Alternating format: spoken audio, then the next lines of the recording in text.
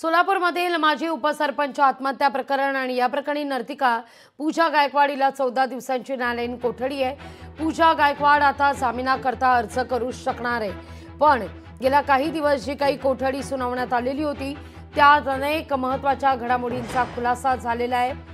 पूजा गायकवाड आणि गोविंद बर्गे हे विविध ठिकाणी एकत्र राहिल्याचं देखील समोर येत आहे।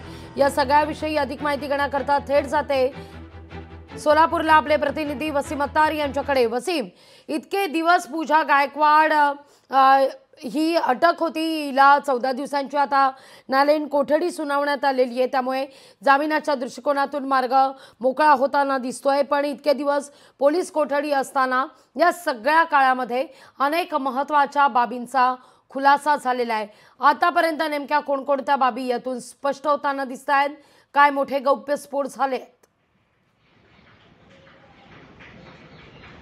लागवी जर निश्चित पाहायला गेलं तर माजी उपसरपंच गोविंद बर्गे यांनी जे आहे ते काही दिवसापूर्वी आत्महत्या केली होती आणि त्यानंतर जे प्रेम संबंधातून जे आहे ते ही आत्महत्या झाल्याचं समोर आलं होतं। आणि या प्रकरणी जे आहे ते पूजा गायकवाड जे आहे ते हिला नर्तकी जे आहे ते तिला अटक करण्यात जे आहे ते वैराग पोलिसांनी अटक केली होती आणि त्यानंतर जे आहे ते तिची पोलीस कस्टडी जी आहे ते काल संपली आणि काल न्यायालयाने तिला 14 दिवसांची जे आहे ते न्यायालयीन कोठडी जे आहे ते सुनावलेली आहे। त्यामुळे पूजा गायकवाड आता कधीही जे आहे ते जामिनासाठी जे आहे ते आपला अर्ज दाखल करू शकते। मात्र पोलीस कस्टडीच्या ज्या दिवशी होत्या त्या दिवसामध्ये पोलिसांनी जे आहे ते विविध प्रकारे जे आहे ते यामध्ये तपास केला। पूजा गायकवाड आणि गोविंद बर्गे हे जे आहे ते विविध ठिकाणी जे आहे ते एकत्र राहिल्याचे देखील जे आहे ते माहिती समोर आलेली आहे। त्याचबरोबर पूजा गायकवाड आणि गोविंद बर्गे यांच्या दोघांचेही कॉल डिटेल्स जे देखील जे आहे ते बाहेर आलेले आहेत, त्याचा तपास देखील जे आहे तो पोलिसांनी केलेला आहे।